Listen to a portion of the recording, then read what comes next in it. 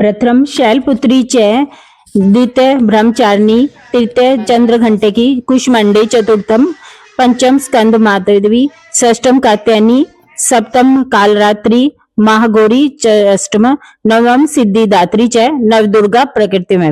ओम दुम दुर्गाय नमः। आप सभी का आपके अपने चैनल डिंपल गर्ग 111 पर बहुत स्वागत है। माँ भगवती दुर्गा की कृपा आप पर सदैव, आपके परिवार पर सदैव बनी रहे। आज की वीडियो में मैं आपसे बात करने वाली हूँ माघ मास की नवरात्रि के बारे में। माघ मास की नवरात्रि में आने वाली को गुप्त नवरात्रि कहा जाता है। जैसे कि आप सभी जानते हैं कि वर्ष वर्त में 4 नवरात्रि होती है, 2 गुप्त होती है, 2 प्रकट होती है। आज अश्विन और चैत्र मास की प्रकट नवरात्रि होती है और इसके अलावा माघ मास में और आषाढ़ मास में जो नवरात्रि आती है उसे हम कहते हैं गुप्त नवरात्रि।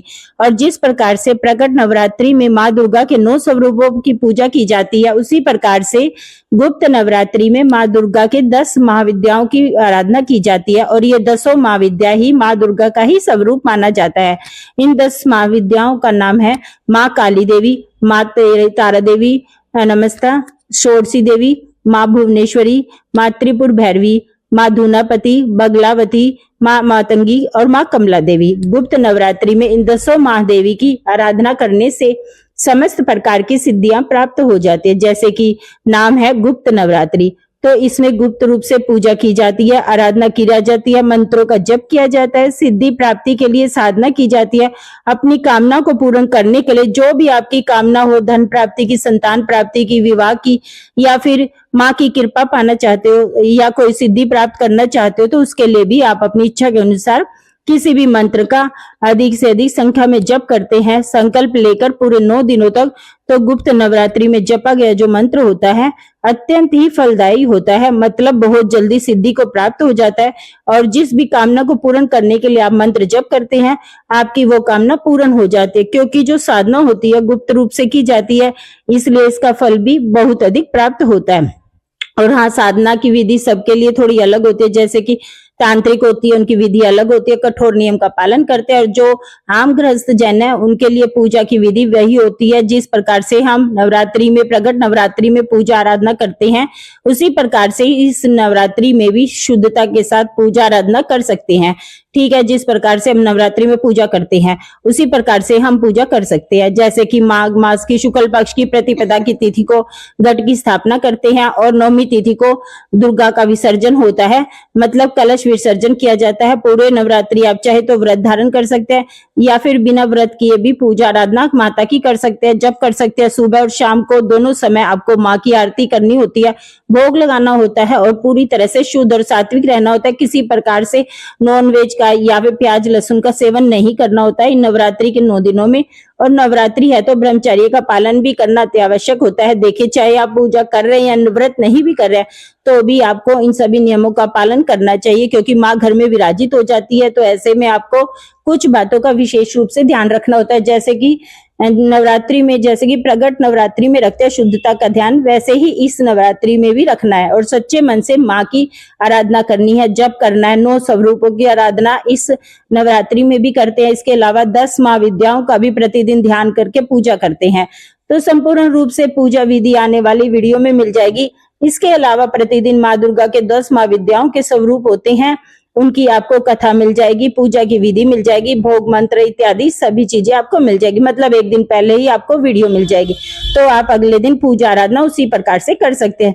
प्रतिदिन दुर्गा सप्तशती का पाठ इस चैनल पर मिलेगा, जो आप लोग सुबह और शाम दोनों समय सुन सकते हैं। तो गुप्त नवरात्रि पर डिटेल पूजा विधि मंत्र सिद्धि की आगे आपको मिल जाएगी, आप जरूर देखिएगा। आप जानते हैं कि माघ मास की गुप्त नवरात्रि कब से प्रारंभ हो रही है और कब समाप्त हो रही है। तो देखिए, गुप्त नवरात्रि का प्रारंभ होता है माघ मास की शुक्ल पक्ष की प्रतिपदा तिथि से। माघ मास की शुक्ल पक्ष की प्रतिपदा तिथि शुरू हो रही है 29 जनवरी की शाम को 6:05 पर। प्रतिपदा की तिथि का समापन होगा 30 जनवरी शाम को 4:50 पर। तो 30 तारीख को प्रतिपदा का प्रारंभ हो रहा है। दिन गुरुवार का दिन होगा और समापन 7 फरवरी 2025 शुक्रवार को हो रहा है। मतलब 30 जनवरी से 7 फरवरी तक गुप्त नवरात्रि का शुभ समय है। इस समय में आप पूजा आराधना करें, मंत्रों का जप करें, माँ से प्रार्थना करें, तो निश्चित ही माँ की कृपा आपको प्राप्त हो जाती है। और आपके जीवन की चाहे जितनी भी जो भी परेशानी हो, कितनी भी बड़ी परेशानी हो, उससे आपको मुक्ति मिल जाती है। इसमें कहीं कोई संशय नहीं है। अब जानते हैं कि अगर आप गुप्त नवरात्रि में कलश की स्थापना करना चाहते हैं तो कलश स्थापना करने का शुभ मुहूर्त क्या है। तो देखिए, गुप्त नवरात्रि में कलश की स्थापना करने का जो शुभ मुहूर्त प्राप्त हो रहा है 30 जनवरी को सुबह 9:25 से लेकर सुबह 10:46 तक ये शुभ मुहूर्त है, जिस समय में आप कलश की स्थापना कर सकते हैं। और अगर आप किसी कारणवश इस शुभ मुहूर्त में कलश स्थापना नहीं कर पा रहे हैं तो दूसरा शुभ मुहूर्त आपको प्राप्त हो रहा है 10 बजकर दोपहर में 12:56 तक आपको प्राप्त होगा।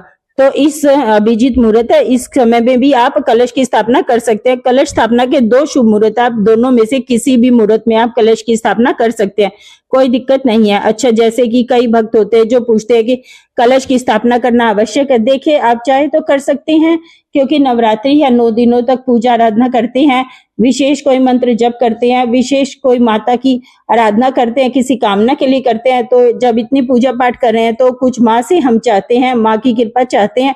तो कलश की स्थापना करके जब हम पूजा आराधना करते हैं तो इससे हमारी पूजा जो है वो संपूर्ण मानी जाती है। कहीं ना कहीं सभी देवी देवताओं का वास हो जाता है कलश में, तो सभी देवी देवताओं का आशीर्वाद भी हमें प्राप्त हो जाता है, जिससे कि पूजा निर्विघ्न रूप से पूर्ण हो जाती है। तो ठीक है, आप कलश की स्थापना कर लेते हैं, ज्यादा श्रेष्ठ होगा। मान लीजिए किसी कारणवश आप नहीं कर पा रहे कलश की स्थापना, तो आप बिना कलश की स्थापना किए भी पूजा कर सकते हैं। और इसी प्रकार से कई भक्तों के प्रश्न आते हैं कि हम गुप्त नवरात्रि में व्रत धारण कर सकते हैं, या ज्वारे बो सकते हैं, या अखंड दीपदान कर सकते हैं।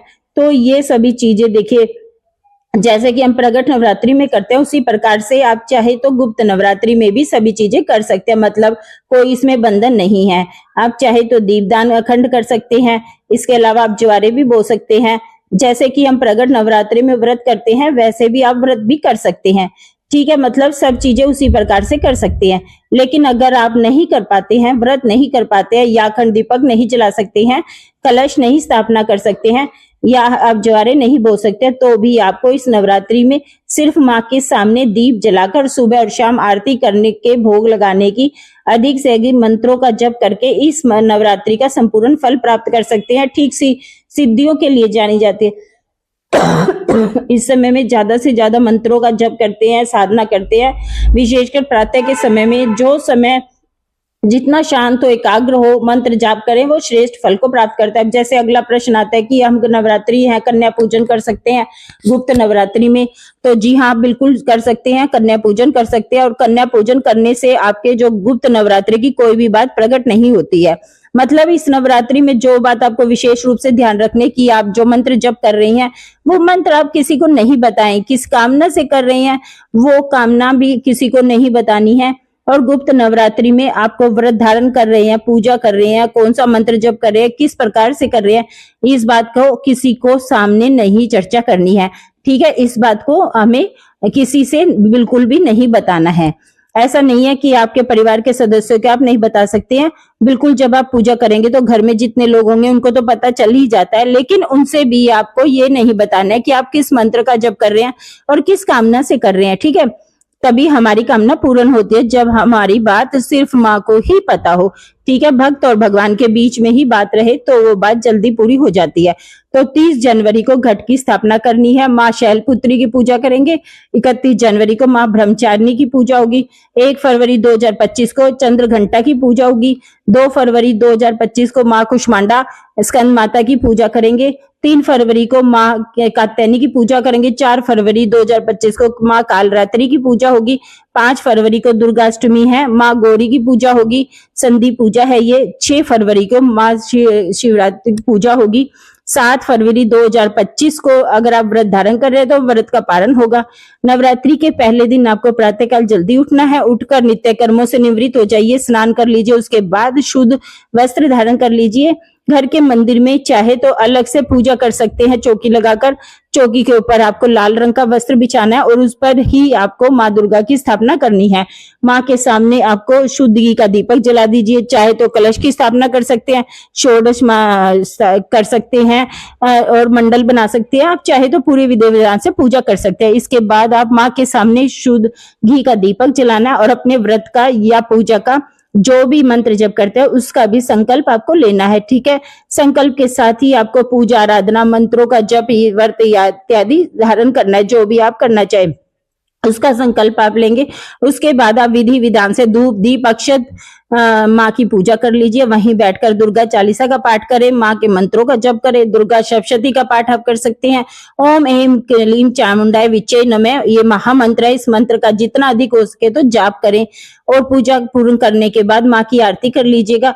भोग अवश्य लगाना है आपको। आप चाहे तो फल मिठाई जो भी आपके पास उपलब्ध हो माँ का भोग लगा सकते हैं।